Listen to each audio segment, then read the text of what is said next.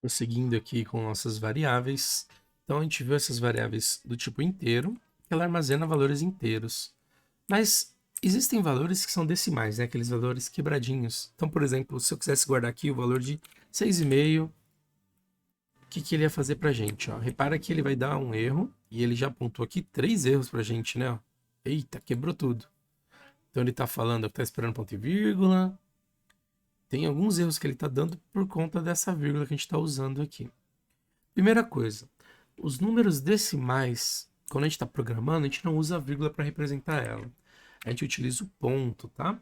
Então, 6,5 ou 6,5 não vai ficar 6, a vírgula e o 5. Você usa o ponto para representar decimal.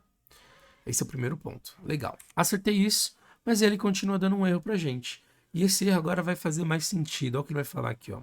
Eu não consigo converter implicitamente o tipo double pro int. Você precisa fazer uma conversão explícita. O que ele está dizendo é que esse valor 6,5, ele está falando de double, mas esse aqui é um valor decimal. É um valor quebradinho lá para gente. Então eu não consigo atribuir as minhas variáveis inteiras. Ela apenas consegue lidar com valores inteiro mesmo. E aí, não dá para utilizar? Dá sim. Só que a gente vai fazer assim, ó. Eu vou utilizar esse tipo de dados double. Esse double significa que eu consigo armazenar um valor 6,5 para minha variável, por exemplo. Ó. E agora, se eu vier aqui ó, no meu C mudar para X, você vai ver que agora ele vai permitir. Então eu consigo fazer cálculos agora utilizando esse double. Ó. Então, se eu tiver lá, por exemplo, aquela variável π, eu posso atribuir para ela o 3,14, 15, 16, 19, ou então só o 3,14. Então aqui eu vou ter a minha variável π. E se eu escrever na tela aqui, ó, vamos escrever aqui, ó, console writeline. Então eu vou ter o meu π. Compilei Ctrl Shift B e executei Ctrl F5 ou F5 e ele vai mostrar pra gente os valores decimais agora, ó.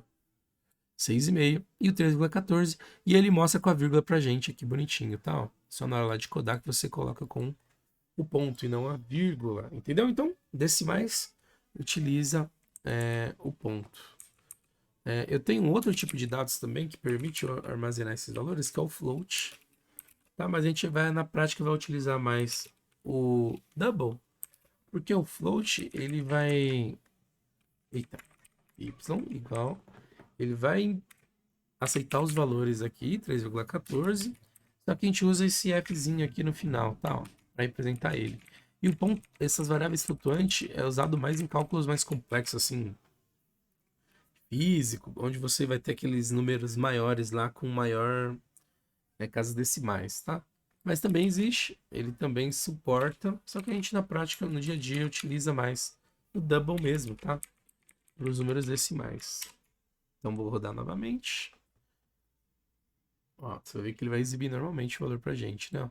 Também posso utilizar o float, mas o mais utilizado aí no geral é o double, tá? Então int e double são os primeiros tipos de dados numéricos aí que a gente vai utilizar. Passamos rapidinho pelo float e eu consigo fazer cálculos também com ele, né?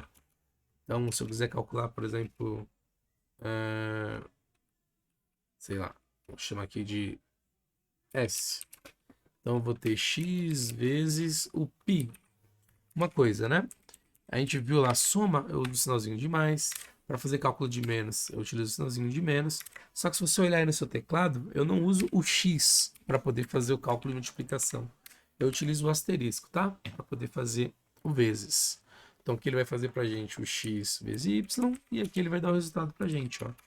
Vamos ver aqui o resultado do S. Compilei no Ctrl Shift B, executei ele e ele vai mostrar para a gente o resultado aqui.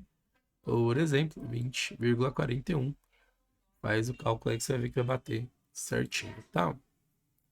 Então fiz o cálculo e além de eu poder fazer o cálculo de multiplicação utilizando asterisco, a divisão eu vou fazer ela utilizando a barrinha, tá? Então, por exemplo, eu vou ter uma segunda aqui variável, sei lá, t, e eu vou calcular, por exemplo, fazer o π dividido pelo x. Então é assim que eu faço, tá? Então, se eu tivesse aqui, a gente colocou π, mas vamos usar outras variáveis, vai usar o y, E aí vou mudar aqui, ó. Tá vendo que eu criei a variável, eu alterei o nome, e aqui no restante do meu código ficou o pi. Olha uma outra coisa interessante. Ele vai aparecer, vai dar erro, ó. Ele vai falando, ó, opa, esse nome pi aqui, ó, não existe, ó, no contexto. Não reconhece essas variáveis, não, ó. Porque a variável, para poder ser utilizada, ela precisa ser criada anteriormente. E eu não tenho ela criada em nenhum lugar aqui, ó, porque eu mudei o nome. Então, por isso que ele tá dando um erro. E esse erro faz sentido de acontecer mesmo. Isso é muito comum. Às vezes você está trabalhando e aí você altera o nome de uma variável no lugar, mas você tem que garantir que ela seja alterada nos outros trechos do código também, para não quebrar, tá? Senão ele dá erro. Tá, ó. Então a gente vai ter, por exemplo... vamos colocar aqui, ó. Eu posso armazenar o valor, por exemplo, 20. Ó, é um valor inteiro, só que eu estou guardando num valor decimal. Uma variável double, ela armazena tanto valores inteiros como decimais, tá? Ele aceita os dois, tá? Ele vai colocar assim também. Então, se a gente rodar aqui, ó, ele vai fazer o build, vai rodar. Então, ele vai calcular pra gente, vai dar aqui o resultado, que tá fazendo vezes 100, né? Faltou a gente mostrar a divisão, né? Só atribuir aqui, ó, 5 para ele. Mostrar o resultado aqui do T.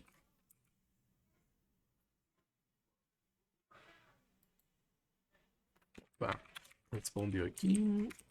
Levou T. Então, vou rodar o código. Vamos só ver o resultado. Então, ó, ele fez aos 5, 20, multiplicou, né? E deu também o resultado da divisão pra gente. Só que eu queria saber, olhando o código, o resultado, na verdade, qual que é qual variável, né? Porque aqui eu só tenho os valores, né? Como é que eu consigo colocar esse texto também? Vamos ver como é que eu consigo juntar isso aqui na hora de escrever o texto. Vamos ver isso no próximo vídeo.